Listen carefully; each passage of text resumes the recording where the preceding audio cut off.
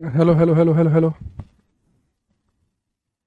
Good morning everybody से बहुत नमस्कार। टिंकू, निर्मल, नितेश, प्रिंस, रामपाल, सभी भाई क्लास स्टार्ट हो गई है। अगर आप मुझे देख पा रहे हैं, सुन पा रहे हैं तो कमेंट करके बता देंगे। और फिर सबसे पहले हम कल की जो हमने क्लास ली थी उससे जुड़ा हुआ कोई भी अगर आपका डाउट है तो एक बार आप वो बताओ, फिर हम आगे बढ़ेंगे, है ना। तो एक बार आज हम डाउट सेशन रख लेते हैं शुरू के 5-7 मिनट।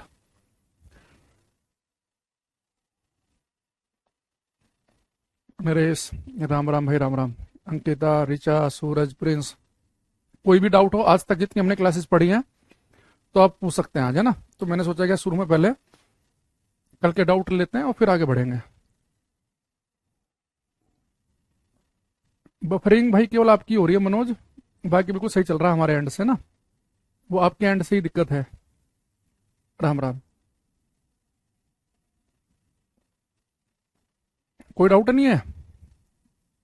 बड़े मेधावी छात्र हो भाई तुम लोग हैं, तुम्हारा कोई डाउट ही नहीं। अब ये नहीं कि पूछने के लिए कुछ भी जबरदस्ती टाइप करने लग जाओ। अगर कोई जेन्युइन डाउट है किसी का, किसी चीज में समस्या है, तो डाउट किसका होता है? जो पढ़ता है, जिसने सारी क्लासेस देखी होंगी, ट्राई किया होगा, तो उसका डाउट आएगा। जो किसी क्लास में लाइव आ रहा है, किसी में नहीं आ रहा है, किसी क्लास में बीच में आ रहा है, उसको उसका डाउट आएगा ही नहीं। और एक ही कमेंट बार बार मत करो टिंकू, ठीक है। इस बात का बिल्कुल क्लास में ध्यान रखा जाए कि एक ही चीज को बार बार टाइप नहीं करना।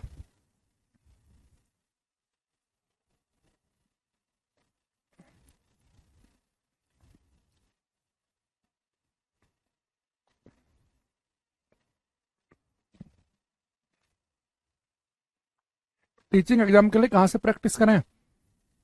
आप उस जिस भी टीचिंग एग्जाम की आप तैयारी कर रहे हैं ना, उसका प्रीवियस ईयर खरीद लो, तो वहां से आप तैयारी कर सकते हैं बिल्कुल। ठीक। चलो, अब यहाँ पे देखेंगे सही बच्चे।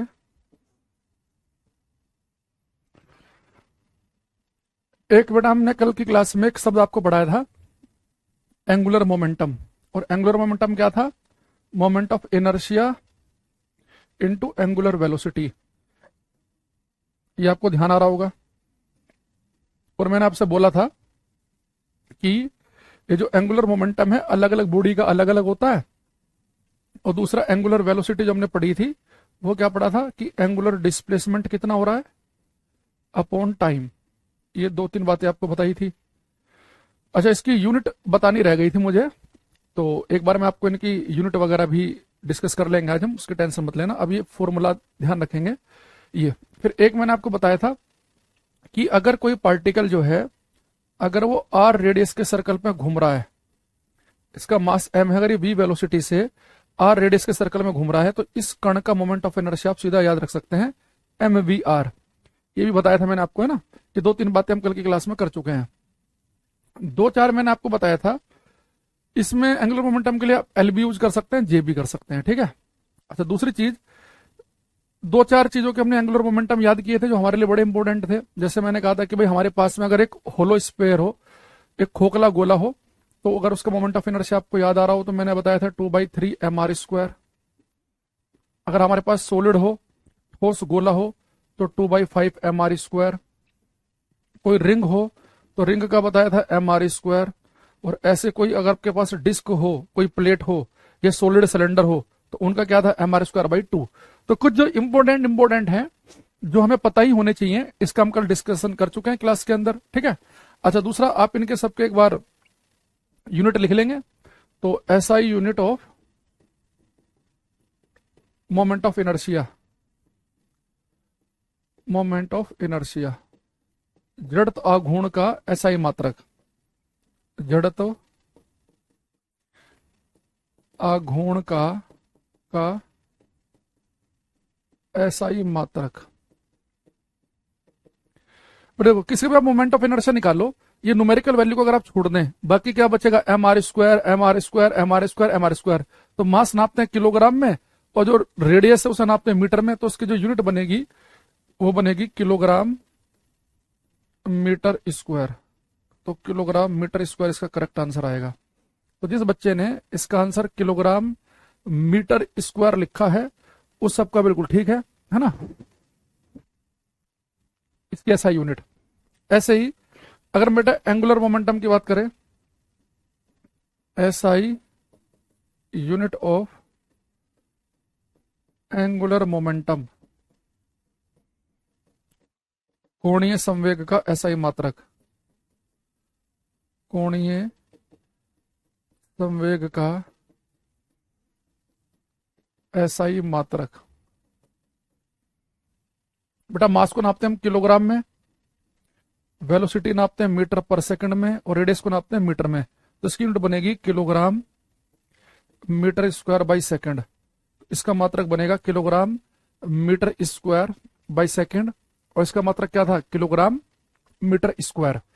ऐसे अगर आप एंगुलर वेलोसिटी का निकालना चाहो तो एंगुलर डिस्प्लेसमेंट एंगल को नापते हैं रेडियन में, टाइम को नापते हैं सेकंड में। तो इसकी एसआई यूनिट क्या बनेगी, इसकी एसआई यूनिट बनेगी रेडियन पर सेकंड, रेडियन पर सेकंड। ठीक है, तो इन दोनों के आप थोड़े थोड़े से मात्रक याद रख सकते हैं। ठीक, अब आ जाते हैं आगे। तो ये रोटेशनल मोशन वाला मैं बता रहा हूं फिर से, बहुत आराम आराम से पढ़ेंगे तसल्ली से, क्योंकि इसमें बहुत कंफ्यूजन क्रिएट होता है। तो फिर दोबारा समझो, एक वस्तु अगर सीधी भाग रही हो तो उसके पास लीनियर मोमेंटम रेखीय संवेग होगा, वो मास इनटू वेलोसिटी होगा। जो वस्तु रोटेट कर रही होगी उसके पास होगा एंगुलर मोमेंटम, और एंगुलर मोमेंटम में हम क्या करेंगे, जैसे लीनियर में मास इनटू वेलोसिटी था, या मास की जगह आ जाएगा मोमेंट ऑफ इनर्शिया, जड़त्व आघूर्ण, और लीनियर वेलोसिटी की जगह आ जाएगा एंगुलर वेलोसिटी। एक हमने क्या पढ़ा कि भाग रही वस्तु के पास जो एनर्जी होती है, kinetic energy half m v square, उससे एक्चुअल में बोलते हैं translational kinetic energy half m v square. लेकिन घूम रही वस्तु के पास होती है रोटेशनल काइनेटिक एनर्जी, वो होती है हाफ आई ओमेगा स्क्वायर। फिर हमने क्या पढ़ा, अगर कोई वस्तु रोल भी कर रही हो, रोटेट भी कर रही हो और आगे भी बढ़ रही हो, अगर कोई वस्तु रोल कर रही है तो उसके पास दोनों एनर्जी होंगी, हाफ एम वी स्क्वायर भी और हाफ हाई ओमेगा स्क्वायर भी। इस तरह की बातें पढ़ी, तो आई होप कि अब धीरे धीरे आपके दिमाग में चीजें जमने लगेंगी आराम आराम से ना। आज हम एक शब्द पढ़ेंगे, टॉर्क, बल आघूर्ण।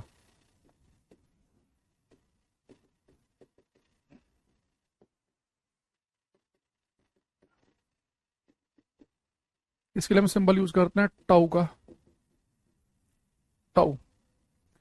अभी मैं जैसे आपकी क्लास स्टार्ट होने से पहले एक बच्चा जब बीपीएससी टॉप किया, इस बार एक लड़की ने, बिहार की, मतलब बिहार की एक रहेगी जब बिहार बीपीएससी है, तो उसका मैं देख रहा था इंटरव्यू, इसलिए आपकी क्लास 1 मिनट शायद आज लेट भी हो गई। तो बच्चा देख रहा हूँ 9th-10th क्लास से क्लियरिटी है उसके माइंड में कि मुझे अपना बीपीएससी या यूपीएससी जो भी निकालना है, तो अपनी राइटिंग स्किल पर, ऐसे कैसे लिखना है, क्या करना है, वो तभी से काम कर रहा है। तो जैसे जो हमें सक्सेस मिलते हैं ना धीरे धीरे, आज आपने कुछ सीखा, कल कुछ सीखा, परसों कुछ सीखा, वो इकट्ठा होके अब उसने टॉप कर दिया। तो ऐसे ही आप लोग भी क्या क्या करो, जैसे जिस दिन आप रात को सो, बस आप अपने आप से ये सवाल किया करो कि आज मैंने अपने जो मुझे कल तक जो आता था, आज मैंने उसमें कुछ ऐड किया कि नहीं किया। भले आप उसमें 4 बातें ऐड करो किसी भी सब्जेक्ट की, तो डेली सोते समय आप अपना अलार्म सेट कर दो कि मुझे इस समय अपने आप से बात करनी है डेली 2-3 मिनट। अगर आपको अपने आप से बात करनी आ गई ना, अपने आप से इंप्रूवमेंट आएगा। तो बस जिस दिन आपको, जब 2-3 दिन आप लगातार बात करोगे, ठीक है, अलार्म बजेगा उस समय, आपको यार 4 दिन हो गया मैं कुछ पढ़ा ही नहीं ढंग से, मैंने कुछ नया ऐड ही नहीं किया, जो पुराना पढ़ रखा था या तो उसे ही रिवाइज किया थोड़ा बहुत, या 2-4 ऐसे क्वेश्चन लगा लिए, कोई वीडियो आधी देख ली, कोई पूरी देख ली, तो वो थोड़ा किया करो, तो आपको उससे ना खुद मन करेगा कि हाँ यार कुछ चीजें ऐड करनी है। अब देखो, जैसे हम सभी जानते हैं कि ये ग्राउंड पे बेटा एक ऑब्जेक्ट रखा हुआ है ना, ये अगर आपको इसकी वेलोसिटी u थी, इसे आपको चलाना है और इसकी वेलोसिटी मान लो कि u से v करनी है, तो किसी वस्तु को चलाने के लिए हमें उसके ऊपर फोर्स बल लगाना पड़ता है। तो फोर्स बल वो एक्सटर्नल एजेंसी है, वो बाह्य कारक है जो किसी वस्तु की अवस्था को बदल सकता है। न्यूटन के हमने नियम में पढ़ा है कि रुकी वस्तु को चलाना हो, चलती हुई को रोकना हो, चलती हुई की स्पीड कम ज्यादा करनी हो, ये सारा काम फोर्स करेगा। तो किसी वस्तु को अगर लीनियर मोशन में लेके आना है, एक सीधी रेखा में चलाना है या रोकना है, इसकी स्पीड घटानी बढ़ानी है, सारा काम फोर्स का। एक मिनट, अगर किसी वस्तु को आप घुमाना चाहते हो ना, रोटेट करना चाहते हो, तो फोर्स तो वहां भी लगाना पड़ेगा, पर वहां पे ये भी इंपॉर्टेंट होगा कि वो फोर्स आप कितना दूर लगा रहे हैं। जैसे मान लो अगर मैं आपसे बोलूं कि मेरे पास में एक ये रोड, एक छड़ है, ये है ना, और मैंने यहाँ पे क्या किया, इसे फिक्स कर लिया, मैंने यहाँ पे कील गाड़ दी,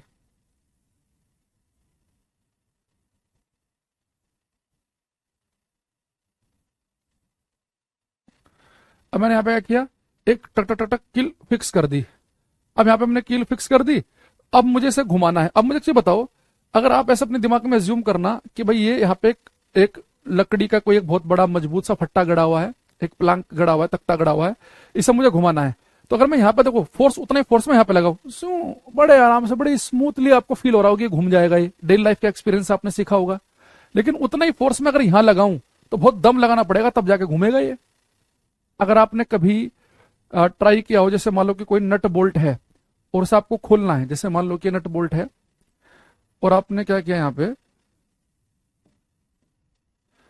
इसे खोलने के लिए आपने बेटा चाबी लेके आए, ये चाबी बोलते हैं ना, क्या होता है ये, ठीक। अब ये औजार आपने लिया और यहाँ पे आपने इसे फंसा दिया। तो आप हमेशा जब भी इसे खोलने के लिए इस पेंच को जब कैसे खोलेगा, क्योंकि चूड़ी चढ़ी हुई है तो घुमा घुमा के खोलना पड़ेगा। तो आप हमेशा जब भी इसके अंदर ये चाबी लगाते होंगे तो आप हमेशा फोर्स दूर लगाते होंगे, क्योंकि दूर फोर्स लगाओगे तो इजीली घूम जाएगा ये। अगर उतना ही फोर्स अगर आप यहाँ लगाओगे ना तो इतनी बात नहीं बनेगी, यहाँ बहुत दम लगाना पड़ेगा तब जाके घूमेगा ये। इसलिए जितनी जो बहुत ही भारी भारी बोल्ट होते हैं, ट्रक के टायर के खोलने होते हैं, तो उनकी बहुत ही बड़ी बड़ी चाबियां आती हैं। तो बंदा बिल्कुल एंड में खड़ा हो जाता है, कूदता है, जो भी उसे खोलना होता है, जिसे पंचर लगाना है। तो जितना दूर आप फोर्स लगाएंगे उतना चीजें इजीली घूम जाएंगी। तो किसी चीज को घुमाने के लिए फोर्स के साथ साथ ये भी इंपॉर्टेंट है कि फोर्स आप फिक्स पॉइंट, जिस बिंदु के परित है, जिस पॉइंट के अबाउट आपको उस ऑब्जेक्ट को घुमाना है, आप उससे फोर्स कितना दूर लगा रहे हैं। तो फोर्स कितना लगाया और कितना दूर लगाया, इन्हें मिला के क्वांटिटी बनती है टॉर्क बल आघूर्ण। तो किसी वस्तु को घुमाने के लिए एक्चुअल में टॉर्क बल आघूर्ण चाहिए होता है। बल आघूर्ण का मतलब है कि उसमें बल भी इंक्लूड है और ये भी इंक्लूड है कि वो कितना दूरी पे बल लगाया गया। जैसे मान लो यहां पे मैं ये फोर्स लगाऊं इस पॉइंट पर, एफ फोर्स,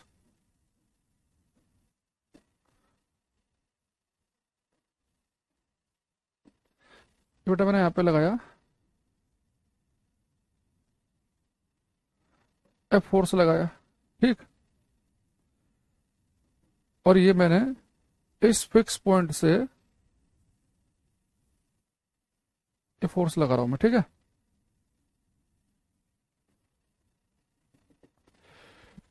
और ये फोर्स बेटा जो है इस फिक्स पॉइंट से मैंने आर दूरी पे लगाया। तो ये फोर्स आर की वैल्यू इतनी भी हो सकती है, फोर्स यहां भी लगा सकता था मैं, यहां भी, यहां भी, यहां भी, यहां भी। और मान लो कितना एंगल पे लगाया मैंने, थीटा एंगल पे। तो किसी वस्तु को घुमाने के लिए जो टॉर्क चाहिए होता है, जो बल आघूर्ण चाहिए होता है, उस बल आघूर्ण में ये भी होता है कितना फोर्स लगाया, कितना दूरी पे लगाया। तो इसका फॉर्मूला बनता है बेटा हमारे पास में R vector cross F vector. और मैंने आपको बता रखा है कि दो वेक्टर क्वांटिटी के बीच में अगर क्रॉस लगा हो तो जिसका फॉर्मूला होगा वो भी वेक्टर बनेगा। तो टॉर्क को अगर हम खोल के लिखूंगा तो बनेगा आर एफ साइन थीटा। बताया था ना आपको कि दो वेक्टर क्वांटिटी के बीच में डॉट है तो हटके कोस आता है, क्रॉस है तो साइन आएगा। तो हमारे पास में जो टॉर्क है, जो बल आघूर्ण है, इस बल आघूर्ण का अगर आप फॉर्मूला बड़े ध्यान से देखें, अभी फिलहाल इसे अगर आप भूल भी जाएं, यानी किसी वस्तु को घुमाने के लिए जो मुझे बल आघूर्ण चाहिए, वो बल आघूर्ण एक तो इस बात पर डिपेंड करेगा कि आप कितना बल लगा रहे हो, वो भी इंपॉर्टेंट है। ये बल फिक्स पॉइंट से कितना दूर लगा रहे हो, ये भी इंपॉर्टेंट है। और ये बल किस एंगल पर लगाया जा रहा है वो भी इंपॉर्टेंट है। आपको सोचो, ये जो मेरे पास में यहाँ पर ये फिक्स कर रखा है मैंने, कील गाड़ रखी है, ये फोर्स अगर मैं बिल्कुल ऐसे लगाऊं, यानी बिल्कुल 90 डिग्री के एंगल पे, यानी कि जो फोर्स की जो वैल्यू है अगर वो 90 डिग्री कर दी जाए तो बहुत ही इजीली, बहुत ही आराम से ये बेटा घूम जाएगा, बहुत ही आराम से, अगर 90 डिग्री का बल लगाएं। और ऐसे में कुछ थोड़ा सा यहाँ पे कुछ रस्सी बांध के बल लगाऊंगा तो ज्यादा दम लगाना पड़ेगा। तो ठीक 90 डिग्री पे जब बल लगाते हैं तो फायदा क्यों होता है, क्योंकि किसी वस्तु को घुमाने के लिए कितना बल लगाया, कितनी दूरी पे लगाया और किस एंगल पे लगाया, तीनों चीजें इंपॉर्टेंट है। अगर मैं थीटा की वैल्यू 90 डिग्री पुट कर दूं, यानी मैं थीटा की वैल्यू 90 अगर लगाऊं तो साइन 90 की वैल्यू कितनी होगी, 1। और साइन की आपको पता है कि मैक्सिमम वैल्यू एक ही हो सकती है। यानी अगर आपको मैक्सिमम टॉर्क चाहिए, आप चाह रहे हैं कि आपको बल आघूर्ण अधिक से अधिक प्राप्त हो जाए, तो आपको क्या करना पड़ेगा, फोर्स लगाना पड़ेगा 90 डिग्री के एंगल पे, क्योंकि साइन 90 की वैल्यू होती है 1। तो टॉर्क आपको मैक्सिमम मिलेगा। इसलिए एक से एक बड़ा फिक्स क्वेश्चन आता है पेपर में कि हमारे घरों में जो दरवाजे हैं, कि आपके घर में मान लो कोई दरवाजा है और यहाँ पे ये कब्जे लगे हुए, इसे बोलते हैं इंग्लिश में हिंज, कब्जे, यहाँ पे ना कील सी गड़ी होती है, कब्जे लगे होते हैं ये। तो कहता है कि हमारे घरों में जो दरवाजा है उस दरवाजे का हैंडल कहाँ होना चाहिए। एक कह देगा जी वो होना चाहिए दरवाजे में कहीं भी लगा लो, कोई फर्क नहीं पड़ेगा, है ना। एक सेकंड।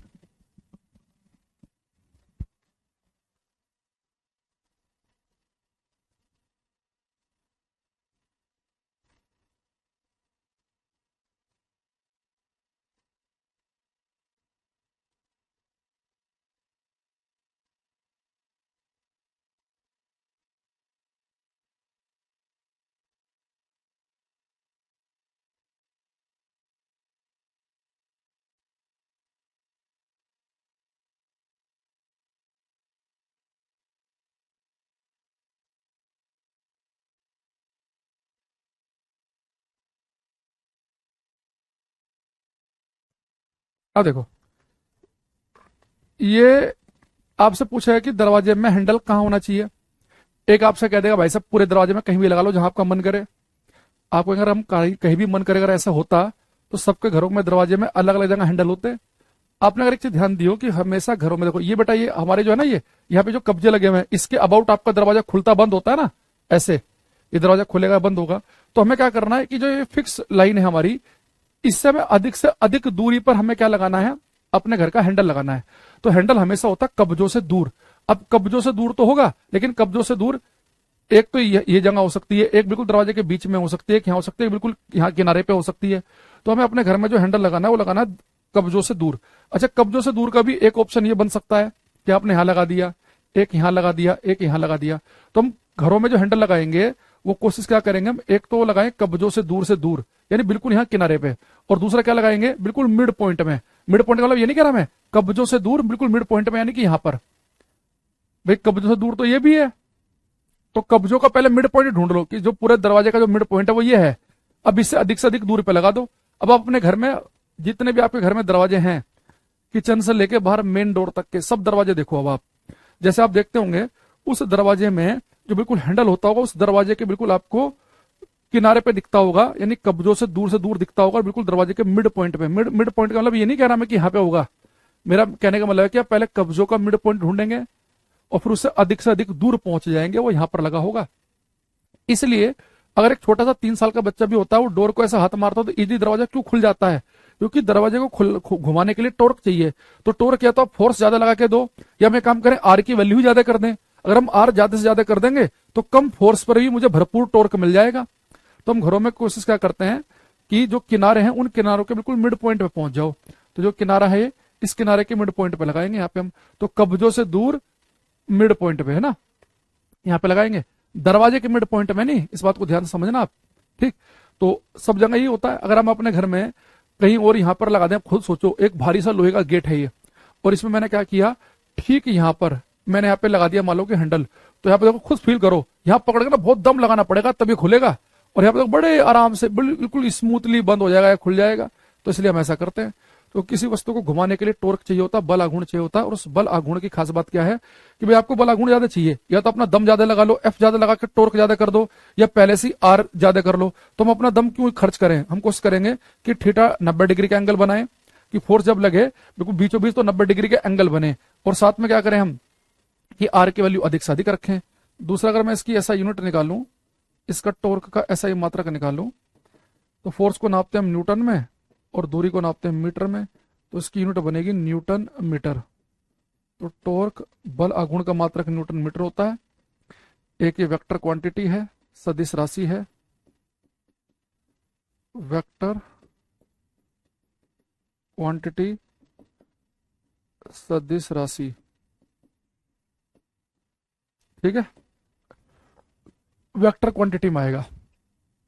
अब यहां से अगर मैं इसका आपको थोड़ा सा इसकी लैंग्वेज दिखा दूं, मैं दरवाजे वाला क्वेश्चन आपसे कह रहा था कि पेपर में आपको इसकी लैंग्वेज कैसी दिखाई देगी, तो उससे आपको ज्यादा फील कर पाओगे कि मैं बोलना क्या चाह रहा हूं, है ना।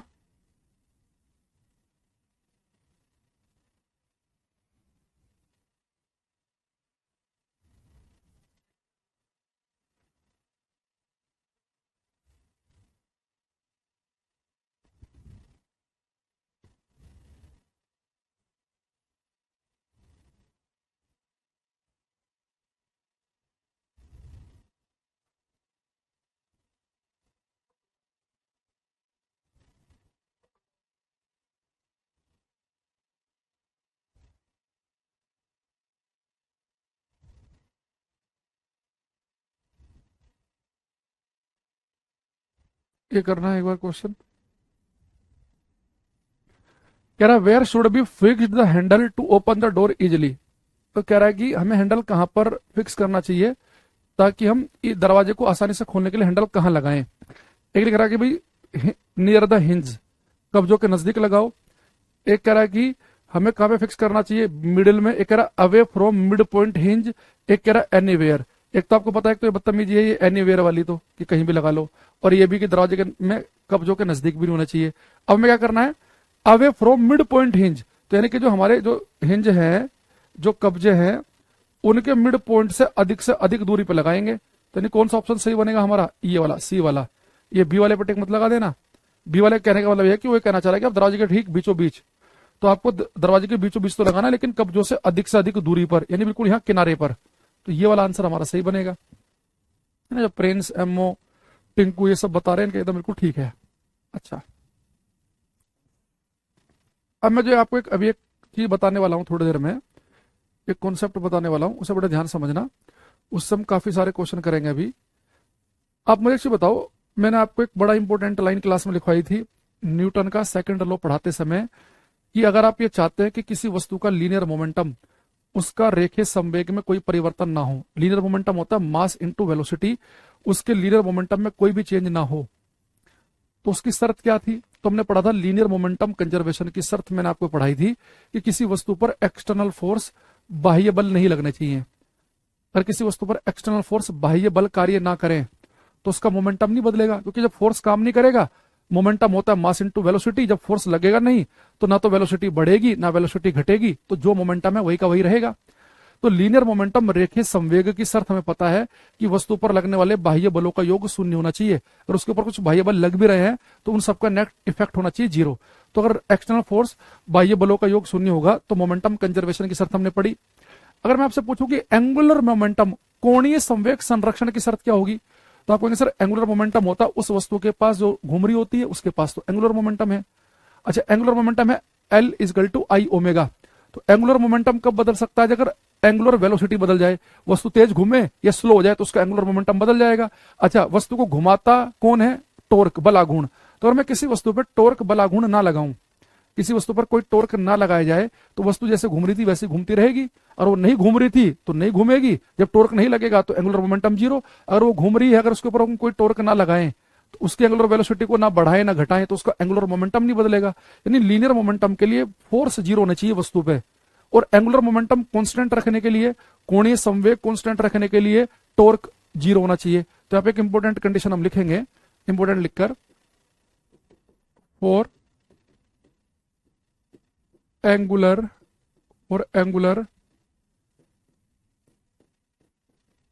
momentum conservation, for angular momentum conservation,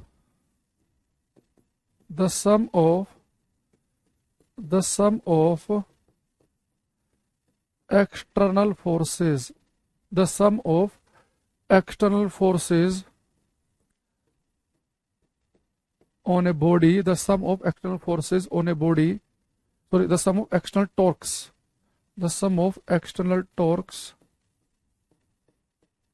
on a body should be zero। Hindi में लिखेंगे, कोणीय संवेग संरक्षण के लिए, कोणीय संवेग संरक्षण के लिए, कोणीय संवेग संरक्षण के लिए किसी वस्तु पर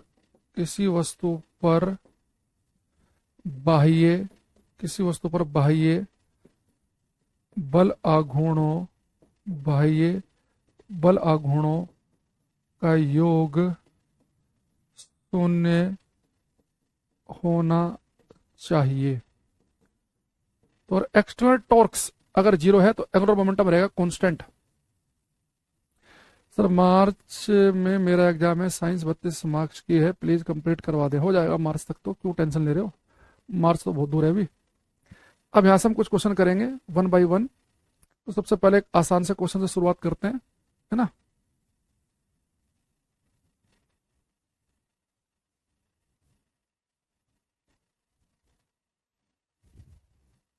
तो पहले करेंगे आप ये तो आपको लैंग्वेज पढ़नी है, और कितना तेज आप पढ़ पाओगे चेक करने के लिए है क्वेश्चन ये। विच of the following quantity remains constant if the torque acting on a body zero. यदि किसी पिंड पर लगने वाला बल आघूर्ण शून्य हो तो कौन सी मात्रा स्थिर रहती है। एक लिखा है इसने लीनियर मोमेंटम, एक लिखा है इसने एंगुलर मोमेंटम, लिखा है दोनों, more than one of the above, none of the above. तो आपको पता है कि टॉर्क जब जीरो होता है तो ऑब्जेक्ट का एंगुलर मोमेंटम क्या रहता है, कांस्टेंट। तो उसका कोणीय संवेग नहीं बदलता। ये हमने जस्ट पीछे एक लाइन भी लिखी है। भाई घूम रही वस्तु के पास एंगुलर मोमेंटम है, घुमाता कौन है? टॉर्क। तो टॉर्क नहीं लगाओगे तो वस्तु जैसी घूम रही है वैसी घूमती रह जाएगी, तो उसका मोमेंटम में कोई फर्क नहीं पड़ेगा। लेकिन अब आते हैं इसकी थोड़ी सी एप्लीकेशन पर। तो एक दो इसके हम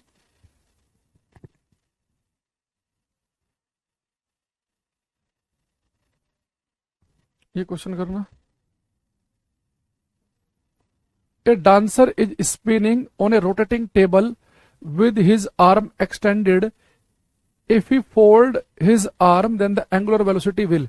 एक नर्तक एक घूमती हुई मेज पर अपनी भुजाएं फैलाकर घूम रहा है, यदि वह अपनी भुजाएं मोड़ ले तो कोणीय वेग क्या होगा? ये करो।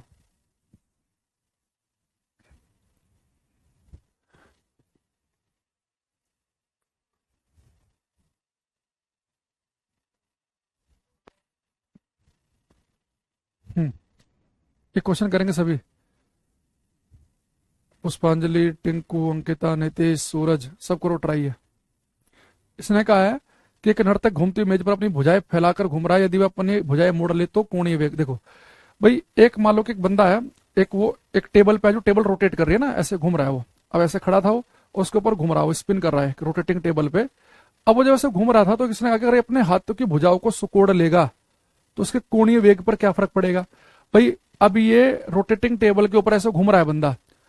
अब कोई बंदा ऐसा तो है नहीं कि कोई बाहर से जाके उस टेबल पे धक्का मार के टेबल को ऐसे घुमा दिया हो, कोई बाहर से टोर्क लगाओ नहीं, ये अपना आराम से घूम रहा था।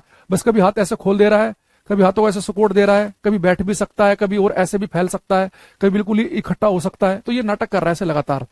तो कह रहा है कि जब अपने हाथों को सुकोड़ लेगा तो क्या होगा? भाई जब ये टेबल के ऊपर ये घूम रहा था, रोटेटिंग टेबल के ऊपर, तो आपको पता है कि घूम रही वस्तु के पास होता है एंगुलर मोमेंटम।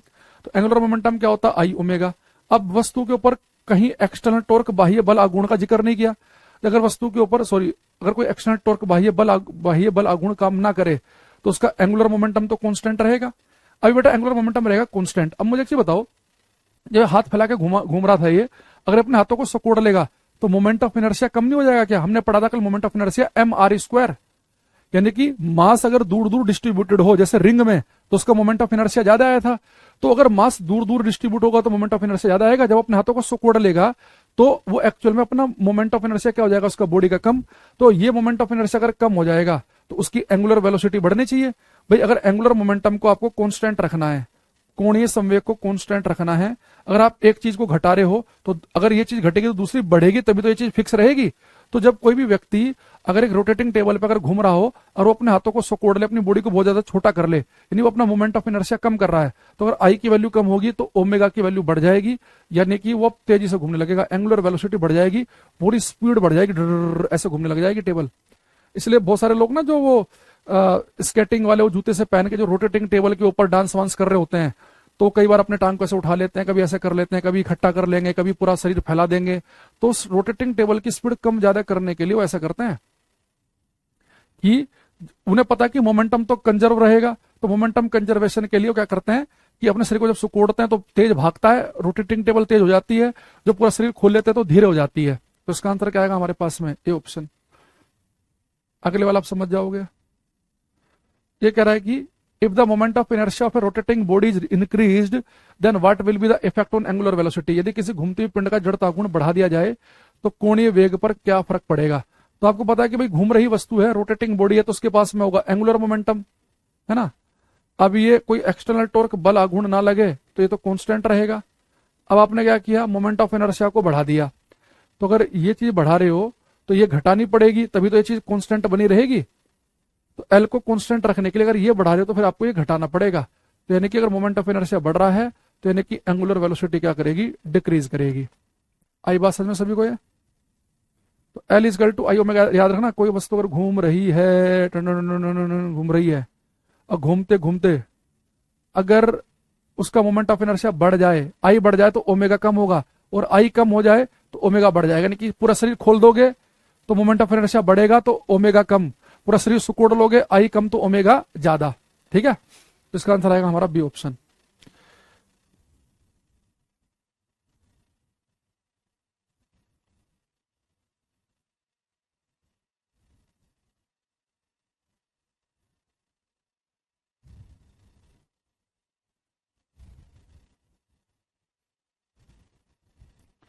एक होता which of the following quantity remains conserved when the moon revolves around the अर्थ।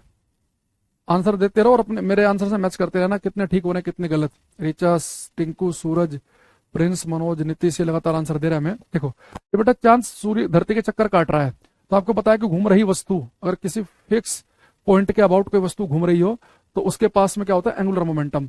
तो चांद जब घूम रहा है धरती के चारों तरफ तो उसका एंगुलर मोमेंटम कांस्टेंट रहता है, क्योंकि उसके ऊपर कोई एक्सटर्नल टॉर्क बाह्य बल तो लग नहीं रहा है ना, तो अपना जैसे घूम रहा है लगातार उसका एंगुलर मोमेंटम कांस्टेंट बना रहेगा। अच्छा दूसरी चीज, एक बड़ा इंपॉर्टेंट क्वेश्चन आता है यहां से कि if all of sudden the earth is contracted to half its present radius then the day will be reduce by. यदि अचानक पृथ्वी अपनी वर्तमान त्रिज्या के आधे हिस्से तक सिकुड़ जाए तो दिन कितना कम हो जाएगा। यह कह रहा है कि अगर मान लो पृथ्वी की जो त्रिज्या है वो अचानक से अगर हाफ हो जाए, ये अर्थ है, इसकी रेडियस कितनी है आर, तो कह रहा है कि अगर ये इसकी रेडियस अगर आधी हो जाए, ठीक, अचानक से अगर इसकी रेडियस आधी हो जाए तो दिन जो है then the day will be reduced by, तो दिन कितने घंटे रिड्यूस हो जाएगा। देखो जब बेटा पृथ्वी की त्रिज्या आर है तो इस समय एक चक्कर एक दिन होता है 24 घंटे का। भाई आप सभी को पता है कि दिन रात कैसे होते हैं, अर्थ ऐसे अपने एक्सिस के अबाउट रोटेट कर रही है तो अर्थ एक रोटेशन अपने अक्ष के परितः 24 घंटे में पूरा करती है। तो अभी एक दिन है 24 घंटे का, अगर धरती की रेडियस बेटा आधी हो जाए तो आप ध्यान रखना, अभी मैं इसका प्रूफ भी करूंगा, एक चीज डायरेक्ट से ध्यान भी रखना क्योंकि बड़ा फेमस क्वेश्चन है ये क्वेश्चन मैं बच्चों बताता हूँ, ये मेरे एमएससी के एंट्रेंस एग्जाम में आया था। ये अगर आप दिल्ली यूनिवर्सिटी का 2010 का एंट्रेंस एग्जाम अगर आप देखोगे उसमें क्वेश्चन आया था कि अगर अर्थ जो है उसकी रेडियस रिड्यूस होकर हाफ हो जाए, और उस एग्जाम में मेरी ऑल ओवर इंडिया रैंक आई थी AIR, ऑल इंडिया रैंक आई थी 30 के आसपास थी मेरी रैंक। फर्स्ट कट ऑफ में हमने हंसराज कॉलेज में एडमिशन ले लिया था, फिर पुराना जमाना याद हो गया इस क्वेश्चन से। तो अब ये जो है अर्थ ऐसे रोटेट कर रही है, अगर ये अर्थ की रेडियस अगर हाफ हो जाए तो अगर अभी एक दिन 24 घंटे का है ना, अगर रेडियस हाफ हो गई तो बेटा एक दिन अब केवल 6 घंटे का हो जाएगा। अब यहां बड़े ध्यान समझना, उसने ये नहीं पूछा कि अगर पृथ्वी की त्रिज्या अचानक से आधी हो जाए तब यहां पर एक दिन कितने घंटे का हो जाएगा, ये नहीं पूछ रहा, वो कह रहा है कि दिन कितना रिड्यूस हो जाएगा। तो अगर अभी दिन एक 24 घंटे का है, रेडियस आधी होते अगर दिन 6 घंटे का हो गया तो कितने घंटे रिड्यूस हो गया, तो हमारा आंसर आएगा 18 घंटे। तो रिड्यूस कितना हुआ, 18 घंटे। तो पेपर में ये 6 घंटे वाला क्वेश्चन भी आता है, 18 वाला भी आता है। तो जो मेरा वाला था उसमें केवल यही क्वेश्चन पूछा था उन्होंने कि अगर अर्थ जो है इसकी रेडियस अगर अचानक से हाफ हो जाए तो अब अर्थ पर धरती पर एक दिन कितने घंटे का होने लगेगा, तो 6 घंटे का होने लगेगा। इसने थोड़ा सा गेम खेल दिया यहाँ पे, लेकिन एक चीज अच्छी क्या कि उसने यहाँ ऑप्शन में 6 नहीं दिया उसने, वरना हम जल्दीबाजी में गलत कर सकते थे कि भाई रेडियस आ रहे तो 24 घंटे का दिन होता, आधी रेडियस पे 6 घंटे का हो जाता, हम तुरंत 6 देखते टिकल भावुक हो जाते। पर वो ये नहीं कह रहा कि दिन कितने घंटे का अब हो जाएगा, वो कह रहा है कि कितना रिड्यूस हो गया, पहले 24 घंटे हुआ करता था अब आजकल 6 घंटे का ही हो रहा है, यानी 18 घंटे का रिड्यूस हो गया। अब ये देखो आया कैसे। अब मुझे एक चीज बताओ, जब कभी भी आप क्वेश्चन करो आप ये देखो कि ये दिन कह रहा है कि रेडियस आधी होने पर दिन कितने घंटे का होगा, तो एक दिन कब माना जाता है, धरती एक रोटेशन पूरा कर ले अपने अक्ष के परितः, तो तब मानते हैं एक दिन हो गया 24 घंटे का। यानी अर्थ जो रोटेट कर रही है, तो रोटेट कर रही वस्तु के पास तो एंगुलर मोमेंटम होता है, कोणीय संवेग होता है ना, उसके पास क्या होता है, एंगुलर मोमेंटम। तो यानी कि जितना एंगुलर मोमेंटम अर्थ के पास पहले था जब उसकी रेडियस आर थी, मान लो उसमें एंगुलर मोमेंटम था L1, अब उसकी रेडियस अचानक से होगी आधी, तो उतना एंगुलर मोमेंटम अब भी रहेगा। एंगुलर मोमेंटम कंजर्व रहता है जब तक कि एक्सटर्नल टॉर्क बाह्य बल ना लगे। अब एंगुलर मोमेंटम क्या होता है I ओमेगा, यानी कि पहले अगर मोमेंट ऑफ इनर्शिया I1 और ये ω1 था तो अब कितना हो गया I2 ω2। अच्छा अर्थ जो है इसे हम एक सॉलिड स्फीयर, एक गोले की तरह मानते हैं। अर्थ को हम ऐसे कैसे ट्रीट करते हैं, एक ठोस गोले की तरह। तो जब अर्थ की रेडियस r थी तो इसका मोमेंट ऑफ इनर्शिया क्या होगा, ठोस गोले का mr², ये हमारा ω1। अच्छा अब मोमेंट ऑफ इनर्शिया कितना हो जाएगा, m 2/5 mr², लेकिन अब r कितना रह गया, हाफ ω2, 2/5 m से 2/5 कट गया, यहाँ पे हो गया r² ओमेगा 1, ये हो गया आर स्क्वायर बाई 4 ओमेगा 2। यानी कि अब मेरे पास में जो ओमेगा 2 की वैल्यू जो आ गई वो कितनी आ गई, 4 ओमेगा 1। यानी जो अर्थ जो है अब उसका जो रोटेशन है 4 गुना बढ़ गया है। यानी जितना तेजी से धरती पहले चक्कर काट रही थी उससे तेज, अगर मान लो धरती ऐसे है इतनी बड़ी है, अब वो एक चक्कर पूरा कर रही है 24 घंटे में, है ना, एक चक्कर 24 घंटे में किया। जैसे अर्थ की रेडियस छोटी हो गई तो अब उसकी जो एंगुलर वेलोसिटी है वो पहले से 4 गुना तेज भागने लग गई है, पहले से 4 गुना तेज। यानी जो काम पहले 24 घंटे में कर रही थी 4 गुना तेज भागी तो वो काम अब 6 घंटे में करने लग जाएगी। ये अगर आपको इसे और आगे समझना है तो ऐसे समझो, देखो एंगुलर वेलोसिटी क्या होती है बेटा, एंगुलर वेलोसिटी मैंने आपको बताया था एंगुलर डिस्प्लेसमेंट अपॉन टाइम। तो धरती एक रोटेशन में टोटल कितना एंगल चलेगी, 2 पाई, 360 डिग्री का चलती है ना, जब भी कोई चीज रोटेट करेगी पूरा एक चक्कर में कितना एंगल तय करती है, 360 डिग्री यानी कि 2 पाई का। तो यानी कि एंगुलर वेलोसिटी होती है एंगुलर डिस्प्लेसमेंट अपॉन टाइम। तो एंगुलर डिस्प्लेसमेंट कितना चक्कर का, 2 पाई, और टाइम मान लो पहला था t1। अच्छा यहाँ पे 2 पाई बाई, सॉरी ये ओमेगा 2 है ना, तो t2, और यहाँ पे कितना t1, ये से कट गया। तो अब नया टाइम कितना लगेगा ये हमें निकालना है, और पहले कितना टाइम लगता था 24 घंटे का। इसे कट करेंगे तो t2 की जो वैल्यू आ जाएगी वो आ जाएगी 6 घंटे। तो हमने एंगुलर मोमेंटम कंजर्वेशन लगा के हमने प्रूफ कर लिया। ठीक है, तो ओमेगा क्या है हमारे पास, ओमेगा में चाहिए टाइम की फॉर्म में। भाई ओमेगा क्या पढ़ा था हमने, एंगुलर डिस्प्लेसमेंट अपॉन टाइम। लेकिन एक पूरे रोटेशन में एंगुलर डिस्प्लेसमेंट कितना हो जाएगा, 2 पाई के बराबर। तो यहाँ पे आप ओमेगा का मैंने फॉर्मूला क्या लगा दिया, 2 पाई बाई टी। तो ओमेगा 2 में यानी कि नए वाला टाइम कितना होगा, और ओमेगा 1 में पहले टाइम कितना था 24 घंटे का, अब कितना टाइम लगेगा, 6 घंटे का ही लगेगा। तो इसका डेरिवेशन तो आपको ध्यान रखना ही है। ठीक है, ये कह रहा जी 2 पाई आर क्यों नहीं होगा, क्या करे भाई तुम्हारा है, कह रहा जी 2 पाई आर क्यों नहीं होगा। 2 पाई आर क्या होता है पहले ये बताओ तुम, कौन सी पढ़ाई कर रहे हो तुम प्रिंस। अरे 2 पाई आर सरकमफ्रांस होता है, यहाँ पे एंगुलर वेलोसिटी में कोणीय वेग में एंगुलर डिस्प्लेसमेंट है, और वो एंगुलर डिस्प्लेसमेंट किस में नापना है, रेडियन में। तो एक पूरा जब चक्कर लगेगा तो उसमें कितना टोटल एंगुलर डिस्प्लेसमेंट होगा, 2 पाई के बराबर, 2 पाई रेडियन के बराबर। तो 2 पाई बाई टी है ना, तो इस ओमेगा का एक फॉर्मूला 2 पाई बाई टी भी होता है टाइम पीरियड की फॉर्म में। तो कितना हो गया, 24 घंटे से 6 घंटे का दिन होगा, तो रिड्यूस कितना हो गया दिन हमारा 18 घंटे का। लेकिन मैं कहूंगा कि आप क्या करें, इसे डायरेक्ट याद कर लेना।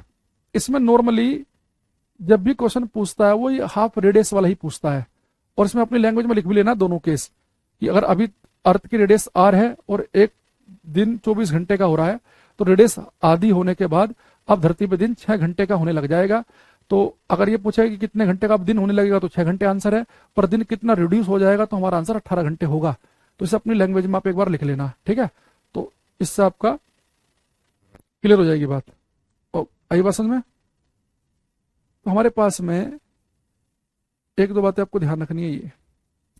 अच्छा अब एक बात हम और करें, एक बात आपको मैं और बता दूं यहाँ पे थोड़ी सी।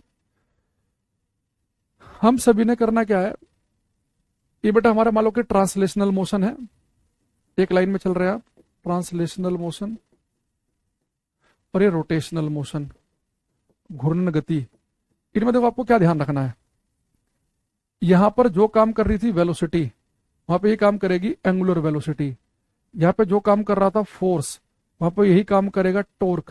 यहाँ पे जो काम कर रहा था मास, मोमेंट ऑफ इनर्शिया मास, तो वही यहाँ पे काम करेगा मोमेंट ऑफ इनर्शिया। जहाँ पे काम कर रहा था लीनियर मोमेंटम, तो यहाँ पे क्या हो जाता है वो एंगुलर मोमेंटम। तो ऐसे दूसरा, जैसे कि आप यहाँ पे डिस्प्लेसमेंट को किससे लिखते हैं, एस से, तो यहाँ पे होता है एंगुलर डिस्प्लेसमेंट, एंगुलर डिस्प्लेसमेंट। तो ये डिस्प्लेसमेंट होता है इसे आप मीटर में नापते हैं, और एंगुलर डिस्प्लेसमेंट को आप नापते हैं रेडियन में।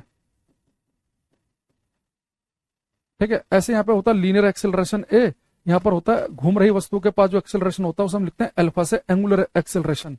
इसे हम बोलते हैं लीनियर एक्सेलरेशन, रेखीय त्वरण, और इसे हम बोलते हैं एंगुलर एक्सेलरेशन, एंगुलर एक्सेलरेशन, कोणीय त्वरण। तो अभी मैं आपको कुछ शब्द डिस्प्लेस करना बता रहा हूं, कि जैसे अगर आप हमारे पास लीनियर मोमेंटम है, अब हमें किसी ने कहा कि भाई रोटेशनल मोशन में कौन सा होगा, तो लीनियर मोमेंटम को हम रिप्लेस कर देंगे एंगुलर मोमेंटम से, मास को रिप्लेस कर देंगे मोमेंट ऑफ इनर्शिया से, वी को ये आ गया, फॉर्मूला आ गया हमारे पास। ऐसे ही अब हम और भी कुछ फॉर्मूले बना सकते हैं यहाँ पे। जैसे अगर मैं आपको एक दो ऑप्शन दिखाऊं, इससे आप और ज्यादा बड़े समझोगे। जैसे ये अगर आपसे कोई पूछे ये, तो इसका आप आंसर क्या दोगे? The product of moment of inertia and angular acceleration.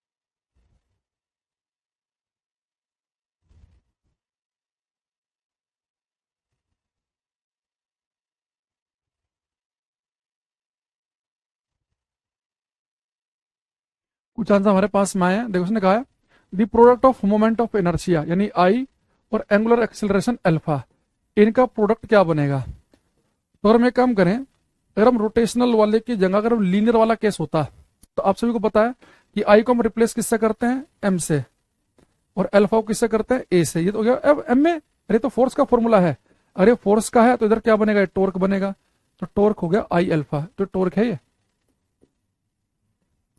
समझ रहे हो बात को? आप ऐसे भी समझ सकते हैं, भाई आपने देखा कि भाई तो आई अल्फा पूछ रहा है, तो आई की जगह यानी कि ये आई किसकी जगह रहा होगा, एम की जगह रहा होगा, अल्फा ए की जगह रहा होगा, यानी एम में। ये तो फोर्स का फॉर्मूला है फिजिकल टू एम में, तो फोर्स को हम किससे रिप्लेस करते हैं, टॉर्क से, कि जो काम सीधी रेखा में किसी वस्तु को चलाने के लिए फोर्स करता है वही घुमाने के लिए टॉर्क करता है। ठीक, अच्छा ऐसे ही एक और देखेंगे, एक ये वाला ट्राई करो।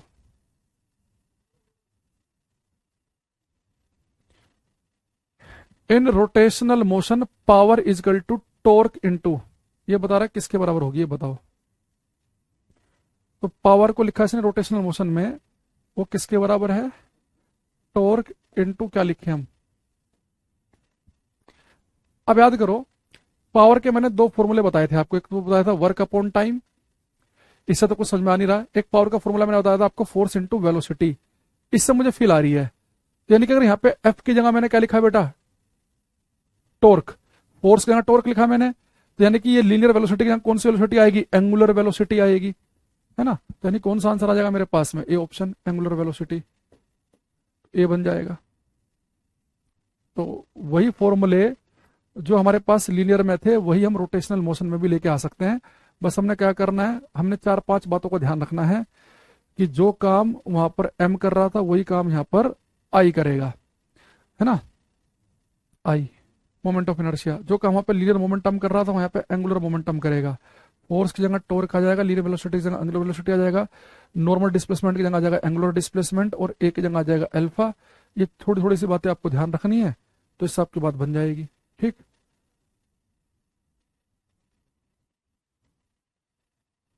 अब ये जो लास्ट क्लास से इतनी सारी कहानी चल रही है केपलर के सेकंड लॉ से, अब ये हमारे जाके कंप्लीट हुई।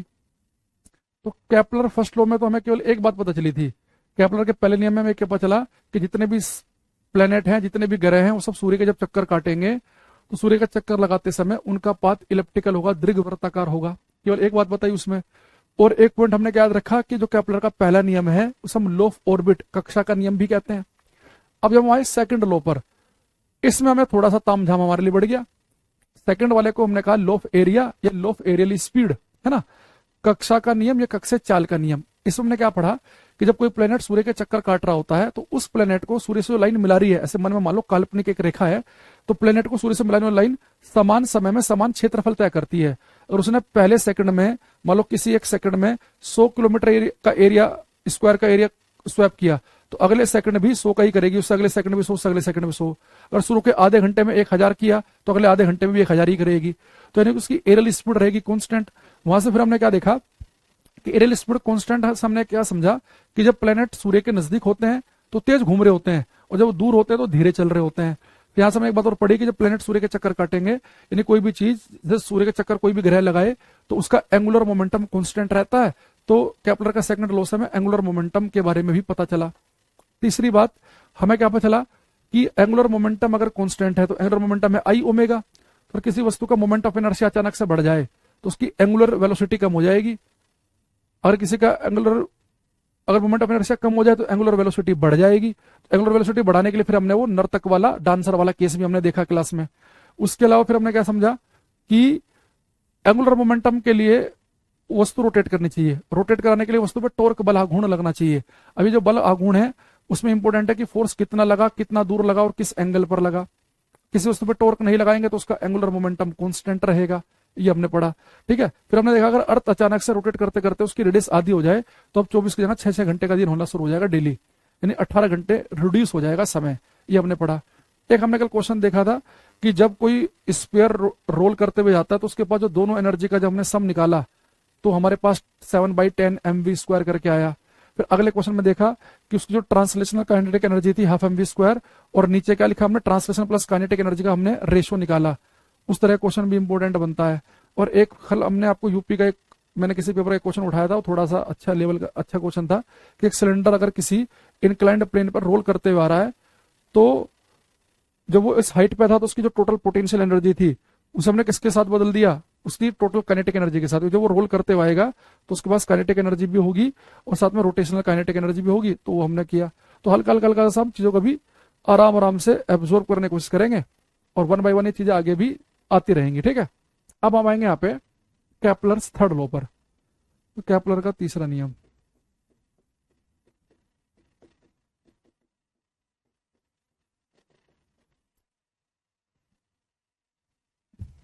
इतनी बार मैंने पहली किसी बैच में इतनी बार रिपीट किए कि चीजें थोड़ा तुम लोग इंटरेस्टेड से लगते हो मुझे इसमें। कुछ बच्चे डेली आते हैं रेगुलर ना, तो टीचर को बढ़िया लगता है कि हाँ ये बच्चे भाई सीरियस हैं, तो आराम से। कई बार क्या होता है किसी बैच में आज कोई नया बच्चा आ रहा है, अगले दिन कोई और आ रहा है, उससे अगले दिन कोई और आ रहा है, एक दिन क्लास ली 4 दिन तक दिख ही नहीं रहा है, फिर कोई आ गया, फिर चलती हुई क्लास में बीच में गुड मॉर्निंग मेरा नाम ले लो, तो टीचर को लगता है ये तो भाई टाइम पास कर रहे हैं, तो इन्हें सीखने का उतना मन नहीं है। तो टीचर भी सोचता है चलो ठीक है भाई हमारी जिम्मेदारी है कोर्स को पूरा करना, कोर्स पूरा करा खत्म।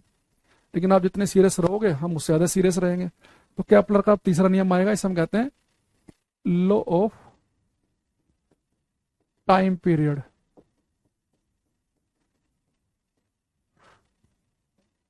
इसे हम बोलते हैं आवर्तकाल का नियम। इससे न्यूमेरिकल बोलते हैं, इस वाले से, इससे न्यूमेरिकल वाला ही फॉर्मेशन आता है। ये इंपॉर्टेंट है न्यूमेरिकल पॉइंट ऑफ व्यू से। तो जिन पेपरों में न्यूमेरिकल पूछता है तो बहुत ही आसान सा है, तो उसमें आप कर सकते हैं। ठीक है,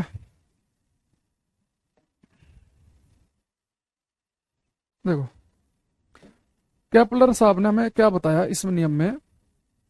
भाई जैसे मान लो कि भाई ये सूर्य है, ये ठीक है, सन है, ये इसके चारों तरफ एक प्लेनेट घूम रहा है,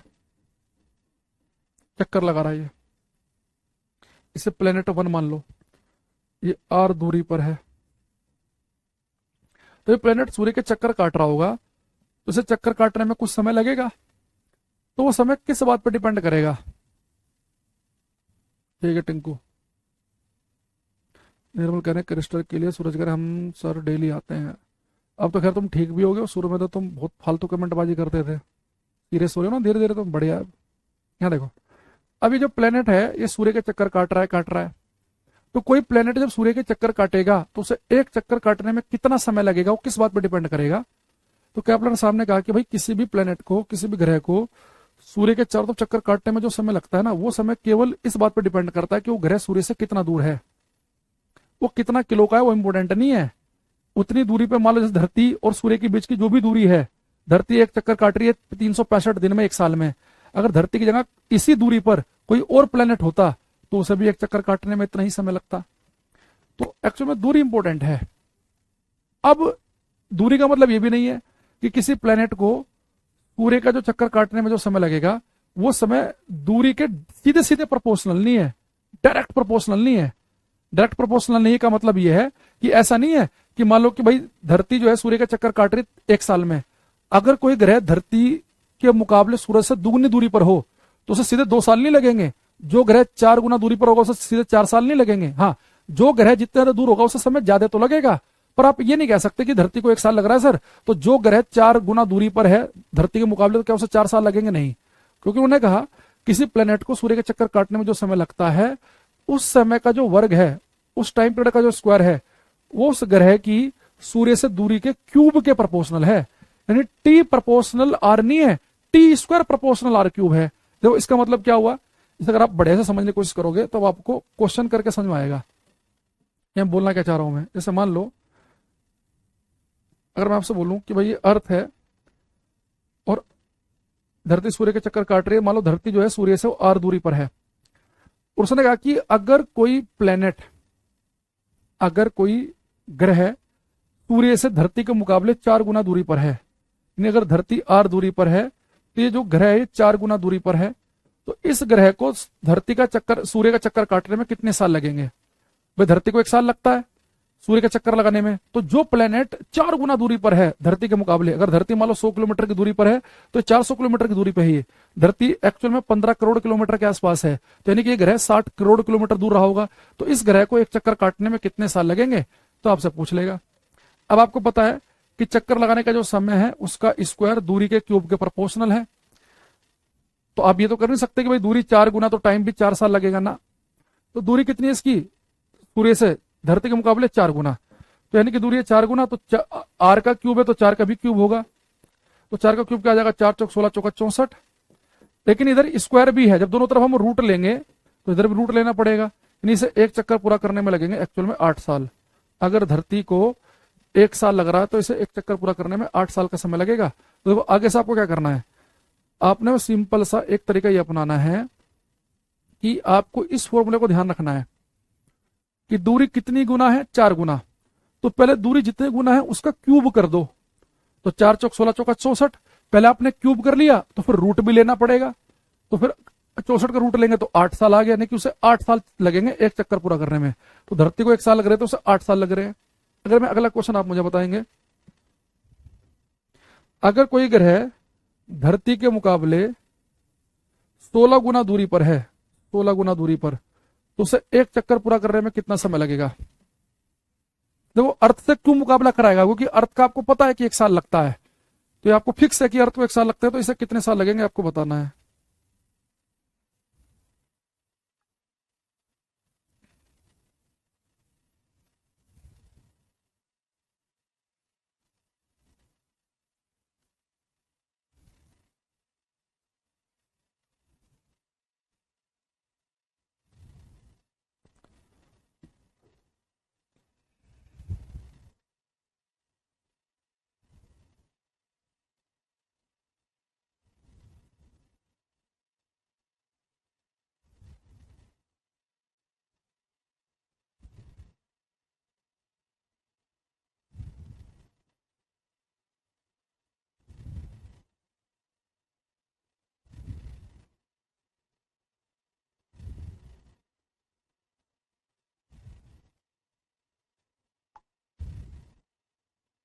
हम्म रामपाल, टिंकू, सतीश, अंकिता का दोस्त 56 गलत है।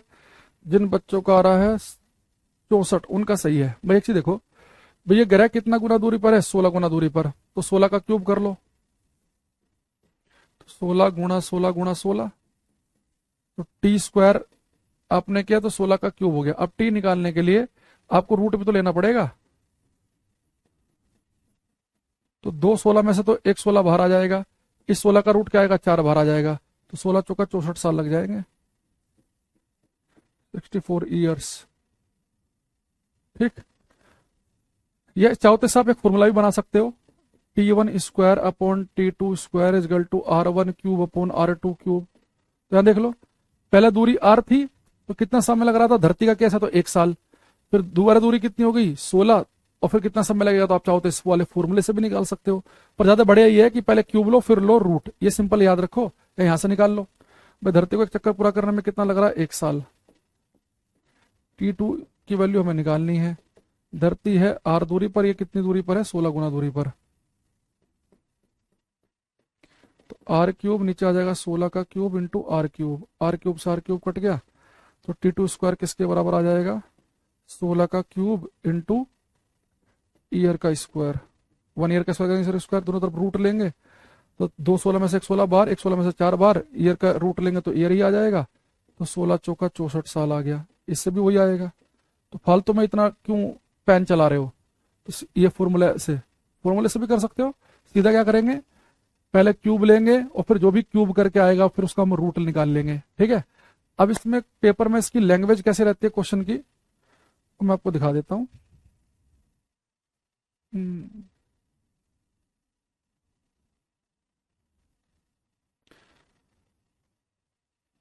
ये करो,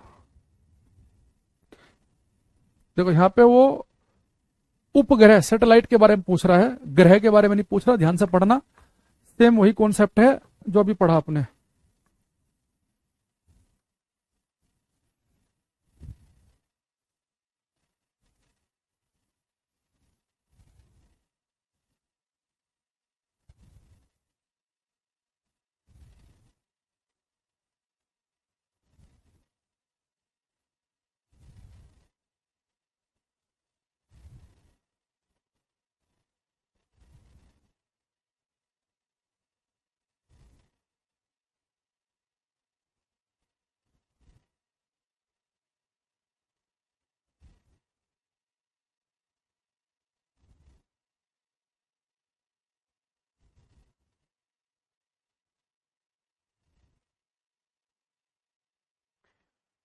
कुछ आंसर आ रहे हैं, देखो उसने क्या कहा, the radius of the orbit of A satellite is 16 times the radius of the orbit of A Jio stationery satellite. The period of the satellite, देखो तो या तो बेटा वो अर्थ से कंपेयर कराएगा या जियो स्टेशनरी सैटेलाइट से। क्यों, क्योंकि उसे पता है कि बच्चे को पता होना चाहिए कि जियो स्टेशनरी सैटेलाइट वो सैटेलाइट है जो एक चक्कर पूरा करता है 24 घंटे यानी कि एक दिन में। तो अगर जियो स्टेशनरी सैटेलाइट भू स्थिर उपग्रह एक चक्कर एक दिन में पूरा करता है, तो इस वाले सैटेलाइट को कितने दिन लगेंगे, यहाँ पे अब आंसर दिन में आएगा। जब धरती वाला केस लेता है तो धरती को एक चक्कर लगाने में लगते हैं 1 साल, तो जो ग्रह 16 गुना दूरी पर था उसे कितने लगे थे, 64 साल लगे थे। अगर जियो स्टेशनरी को 1 साल लग रहा है, एक दिन लग रहा है, तो उसे कितना दिन लगेंगे, वही टी स्क्वायर प्रोपोर्शनल होता है आर क्यूब के। तो हमें फिर से वही दे रखा है, 16 का क्यूब किया और फिर हम क्या करेंगे, रूट ले लेंगे। तो 64 दिन आंसर आएगा इस बार। पिछले क्वेश्चन में 64 साल था क्योंकि अर्थ से कंपेरिजन कर रहा था, और जियो स्टेशनरी को लगता है एक दिन, तो उसे लगेंगे 64 दिन, 64 डेज। तो 64 डेज आंसर आएगा इस बार। पेपर में दो से ही कंपेयर करा सकता है वो, क्योंकि दोनों जगह आपको इन्फॉर्मेशन है। भैया तो प्लेनेट का कंपेयर कराएगा कि धरती को 1 साल लग रहा है, तो धरती से अगर 4 गुना दूरी पर है तो कितने साल लगेंगे, 16 गुना दूरी पर है तो कितने साल लगेंगे, ईयर में आंसर आएगा। या करेगा वो जियो स्टेशनरी से कंपेरिजन कि इस सैटेलाइट को अगर ये जियो स्टेशनरी के मुकाबले 16 गुना दूरी पर है तो उसे कितने दिन लगेंगे। तो जियो स्टेशनरी को एक दिन लगता है, तो उसे कितने दिन लगेंगे, वही T square proportional R cube से ही करेंगे। बस यहाँ पे जब जियो स्टेशनरी से कंपेरिजन करेगा तो आंसर दिन में आएगा, वहां पे आंसर साल में आता है। इसके अलावा और कोई फर्क नहीं है। ये करना, ए satellite is moving in a circular orbit of radius r, its orbital time period will be proportional to। एक उपग्रह r त्रिज्या के एक वर्ताकार कक्षा में घूम रहा है, इसकी कक्षा समावधि समानुपाती होगी। ये करना, एक जो है ना ये 20वां मैं देखना चाहूंगा सभी का, करो ये।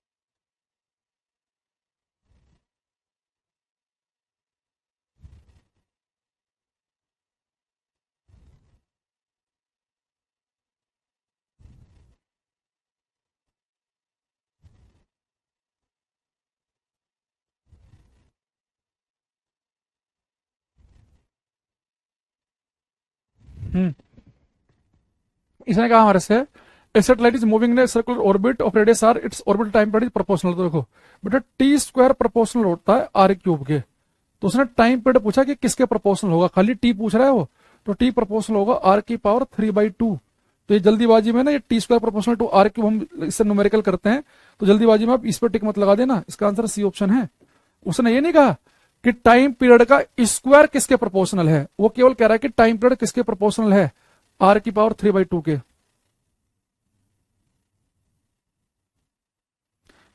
अब्दुल कह रहे हैं सर हम लोग का 11th-12th साइंस स्ट्रीम से था, बहुत अच्छे टीचर ना मिलने की वजह से पढ़ नहीं पाए।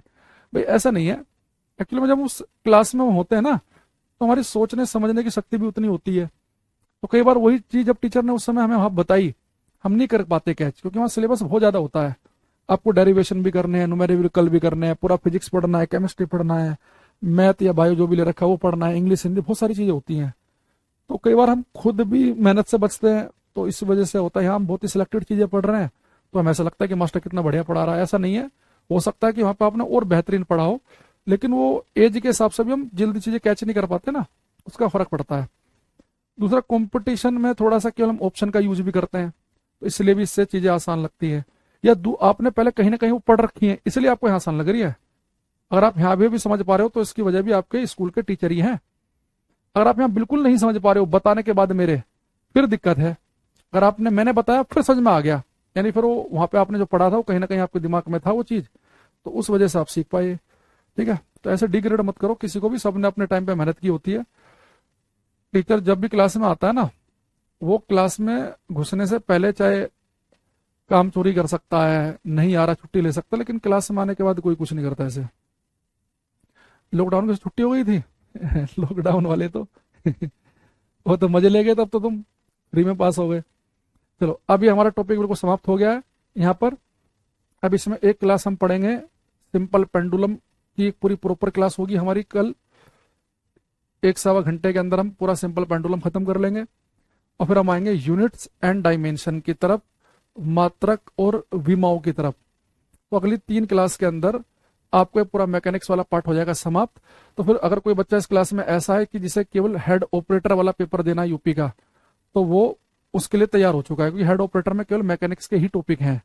लेकिन जिन्हें असिस्टेंट रेडियो ऑपरेटर का देना है, तो उनके में मैकेनिक्स के टॉपिक तो है ही, लेकिन साथ में और भी टॉपिक हैं, जैसे लाइट भी करना है उन्हें, इलेक्ट्रिसिटी भी करना है, मैग्नेटिज्म भी करना है ना, तो उनके लिए थोड़े से एक्स्ट्रा भी हैं।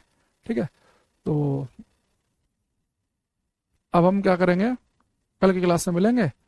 तो आई होप कि आपको ये बात समझ में आ गई होगी। तो तब तक मैं पीडीएफ आपकी सेव करता हूँ, तो किसी कोई डाउट है तो पूछ ले, है ना, नहीं तो फिर हम कल आपसे मिलेंगे। जिन बच्चों को कोई डाउट नहीं है तो अपना क्लास ऑफ कर सकते हैं, किसी को पूछना है तो पूछ सकता है, क्योंकि समय आपका बचा भी 5-7 मिनट है आपके पास।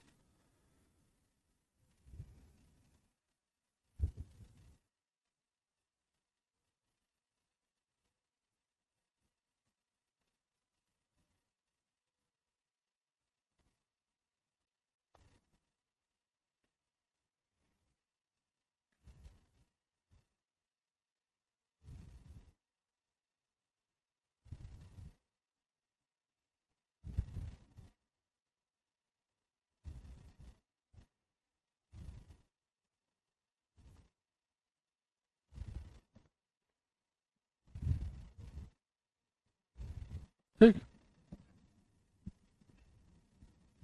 टॉर्क बताया तो, टॉर्क क्या होता है, वो फोर्स जो किसी चीज को घुमा दे। पर घुमाने के लिए फोर्स खाली इंपॉर्टेंट नहीं है, वो फोर्स कितना दूर लगा और किस एंगल पे लगा वो भी इंपॉर्टेंट है। तो टॉर्क बताया मैंने आपको, आर एफ साइन थीटा होता है। दरवाजा अगर आपको खोलना है तो टॉर्क के लिए आपको दरवाजे में हैंडल दूर रखना पड़ेगा। कोई जो चाबी वाबी होती है, जो हम नट बोल्ट खोलते हैं, उसमें हम फोर्स दूर ही लगाते हैं, है ना, वो इसलिए करते हैं। तो ये बताया था मैं आपको। चलो अब मिलेंगे कल, तब तक के लिए बाय, थैंक यू एवरीवन।